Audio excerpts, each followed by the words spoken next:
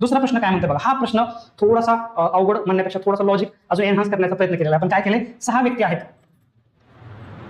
6 व्यक्ती, थोडा वेळ घेऊ त्या प्रश्नाला. P Q R S T U हे 6 व्यक्ती आहेत, दक्षिणेकडे तोंड करून उभारलेले आहेत. दक्षिण दिशा कोणती आहेत मित्रांनो, ही उत्तर असते, ही दक्षिण असते, ही पूर्व आणि ही पश्चिम असते. काय चुकलं का बघ, 6 व्यक्ती आहेत, म्हणजे 6 व्यक्ती कसं 1 2 3 4 5 6 व्यक्ती आहेत. हे सगळे हे दक्षिणेकडे तोंड केले, म्हणजे हे तोंड आणि हे हात आहेत, म्हणजे या दिशेला. पी हा यूच्या उजवीकडे तिसऱ्या स्थानी आहे. बघा पी हा यूच्या उजवीकडे तिसऱ्या स्थानात. पी हा यूच्या, आता बघा खाली बघतो ना दक्षिणेकडे, तर उजवा हात कोणता असणार आहे, हा असणार आहे बरोबर. म्हणजे काय असणार आहे आपलं, की पी हा यूच्या उजवीकडे तिसऱ्या 1 2 3. पी हा यूच्या उजव्या हाताकडे म्हणजे दक्षिणेकडे तोंड केलं, म्हणजे उजवा हात हा असेल तर या हाताला बरोबर. पी हा यूच्या 1 2 तिसऱ्या स्थानी, म्हणजे बघा दिसतंय 1 2 3. ठीक आहे सर, हे झालं. अजून काय म्हणतंय, आर हा रांगेच्या कोणत्याच टोकाला नाही, म्हणजे जे शेवटचं टोक आहे या टोकाला आर नाही, म्हणजे आर हा टोकाला येत नाही. ठीक आहे. एस हा क्यूच्या डावीकडे आहे, म्हणजे कसं असणार आहे बघा, एस हा क्यूच्या डावीकडे, एस हा क्यूच्या डावीकडे, म्हणजे क्यूचा डावा बाजू ही असणार आहे आणि एस त्याच्या डाव्या बाजूला आहे. टी हा पीच्या डावीकडे दुसऱ्या स्थानी, टी हा पीच्या डावीकडे दुसऱ्या स्थानी, म्हणजे इथे असणार 1 2 डावीकडे, म्हणजे ही बाजू. तर रांगेच्या मध्यभागी कोण बसले, रांगेच्या मध्यभागी कोण बसले आहे बघा. आता हे क्यू आणि एस ही एक कंडिशन आहे आपल्याकडे, लक्ष द्या व्यवस्थित. हे एक आहे कंडिशन आणि ही कंडिशन आहे. ही कंडिशन म्हणजे काय, पी डॅश टी आणि यू.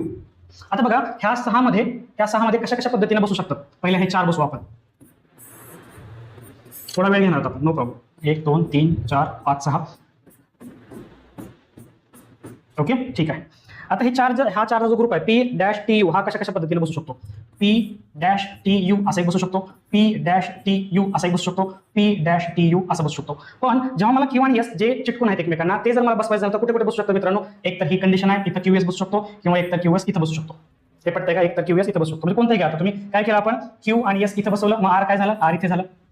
क्यू आणि एस इथं बसवलं तर इथं झालं आर बरोबर. ह्या 2 कंडिशन पैकी आपल्या इथे उत्तर काय येतं मित्रांनो, उत्तर आहे पी आणि आर किंवा टी आणि यू. या ऑप्शन मध्ये फक्त ऑप्शन काय, पी आणि आर हे दिलंय, म्हणजे आज उत्तर आहे पी आणि आर. हे पडतंय का बघा, म्हणून थोडासा वेळ घेतला आपण. जेव्हा हे 4चा ग्रुप असेल पी डॅश टी यू, हा तीन पद्धतीने आपण 6 मध्ये बसू शकतो. क्यू एसचा ग्रुप मला बसवायचा आहे 2 ठिकाणी, हा मधला तर येणार नाही, ही कंडिशन गेली, ही येते किंवा ही येते. क्यू एस मी इथं तरी ठेवू शकतो किंवा क्यू एस इथे ठेवू शकतो. आर तर टोकाला नाही, कुठल्याच आर मध्यभागीच कुठं ठेवणार आहे, मग आर आपण मधली जागा जी उरली होती तिथे आर ठेवला. क्यू एस इथे ठेवा किंवा क्यू एस तिथे ठेवा, पण आपले ऑप्शन चेक करा. मध्यभागी काय आहे, जर पहिली कंडिशन आपण कन्सिडर केली तर टी आणि यू येते, आणि तिसरी कन्सिडर केली आपण कंडिशन तर पी आणि आर येते. टी आणि ऑप्शन आहे का, U P R T Q S नाही ऑप्शन. आपलं उत्तर आहे पी आणि आर, ऑप्शन क्रमांक 1. अशा पद्धतीने हे लॉजिक इथे डेव्हलप केलं होतं. इथं अशा पद्धतीने लॉजिक लावलं असतं तर आपलं उत्तर मिळालं असतं मित्रांनो. कारण की तुम्ही मला सर 4 दिलं, याच्यामध्ये कसं कळणार आहे मला, कसं कुठं काय ठेवायचं. मग त्यावेळेस आपल्याला अशा कंडिशन्स, अशा पॉसिबिलिटीज आपल्याला चेक करायची की 4चा ग्रुप आणि 2चा ग्रुप कशा पद्धतीनं फिल करू शकतो त्या 6 जागा. आय होप समजलं असेल. समजलं नसेल तर मित्रांनो हा व्हिडिओ परत एकदा बघा.